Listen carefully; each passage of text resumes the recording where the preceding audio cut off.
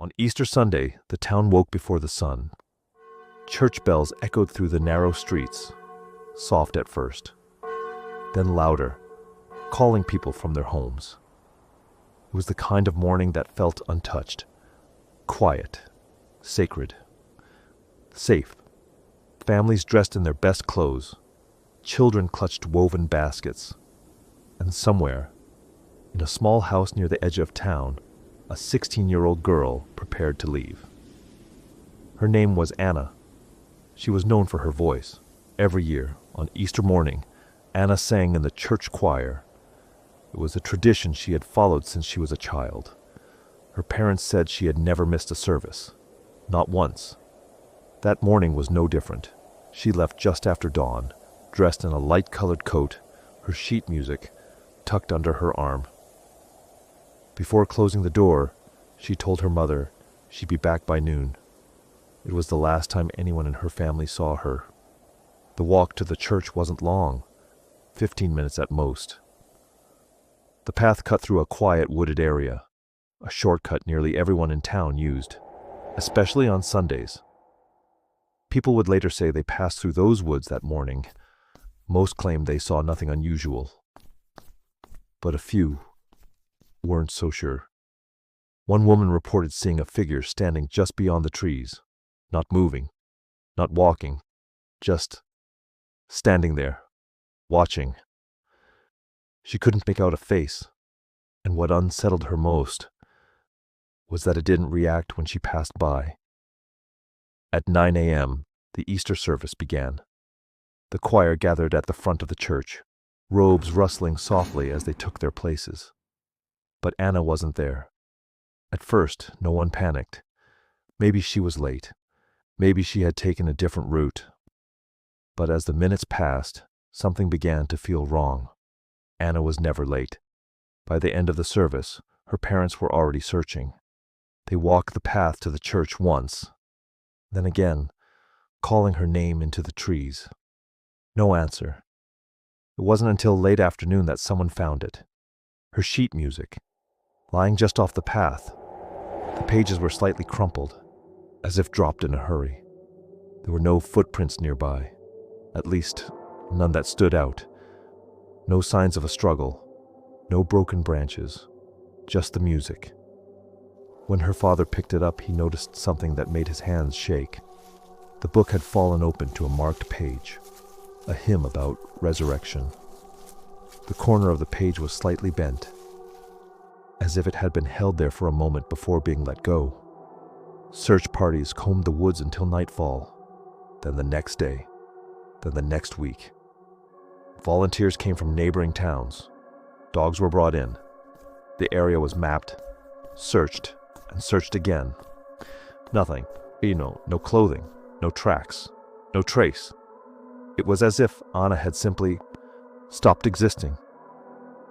The investigation brought more questions than answers. There were no known enemies, no signs she planned to run away, no evidence of an accident. And yet, she vanished on a path she had walked dozens of times before. Over the years, theories began to form. A passing stranger, someone familiar with the woods, or something harder to explain, because a small number of witnesses insisted on something unusual. They said that, on Easter morning, the woods didn't feel right, that the air was too still, that the silence felt heavy. One man claimed he heard what sounded like singing, soft, distant, familiar, but when he stopped to listen, it disappeared. Years passed. The town changed. People moved away. New families arrived. But every Easter morning, one thing stayed the same. At the church, just before the choir begins, there is always a pause. A single name is spoken aloud. Anna's. And for a moment, the entire room falls silent. Some say it's just tradition. Others say that, if you stand near the back of the church and listen carefully, you can still hear an extra voice in the choir, faint, almost lost beneath the others, singing just slightly out of time, like someone trying to catch up, like someone who never made it.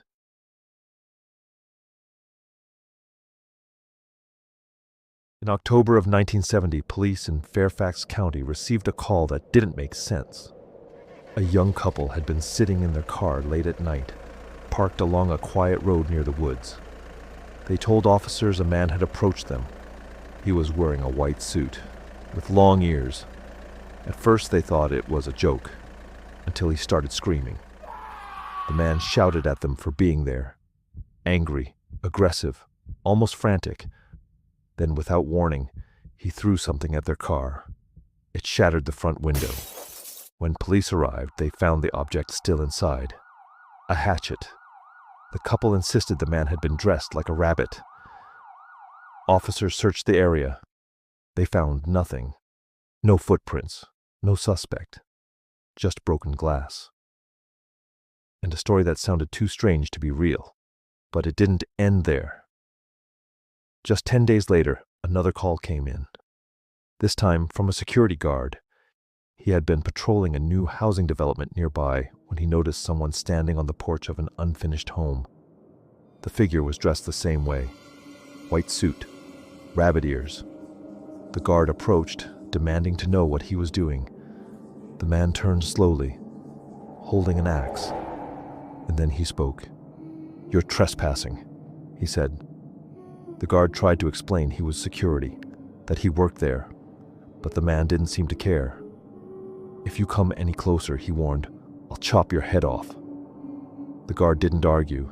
He backed away, and by the time police arrived, the man was gone. No signs of forced entry, no evidence left behind, just another witness, another story, and growing fear. Over the next few weeks, reports continued, always at night, always near the woods. People claimed to see the figure standing between trees, watching. Some said he chased them. Others said he simply appeared and then vanished. Eventually, the sightings stopped. No arrests were made. No suspect was ever officially identified. But the story didn't disappear. It changed. Over time, the location became known as Bunnyman Bridge, a small concrete overpass hidden among dense trees. Locals began to avoid it, especially after dark. Because the legend grew darker, people started saying the Bunnyman wasn't just a man, that he was something else, a presence tied to the bridge. Some versions claim that if you visit at midnight, you might hear footsteps echoing beneath the tunnel, slow, uneven, getting closer. Others say you'll see a figure hanging from the bridge itself, motionless, until you get closer. And then it's gone. There are even stories that count, that if you say his name enough times or linger there too long, he appears. But here's what makes the story unsettling. The original reports, they're real, documented by police. 2 separate encounters, 2 different witnesses, describing the same figure. A man in a rabbit suit, carrying a weapon. Everything that came after may have been exaggerated, distorted over time, but it started somewhere, with something. And a question that was never answered. Who was he? And why was he out there, waiting in the dark, dressed like that? Because legends don't appear out of nowhere. And sometimes, they don't stay stories.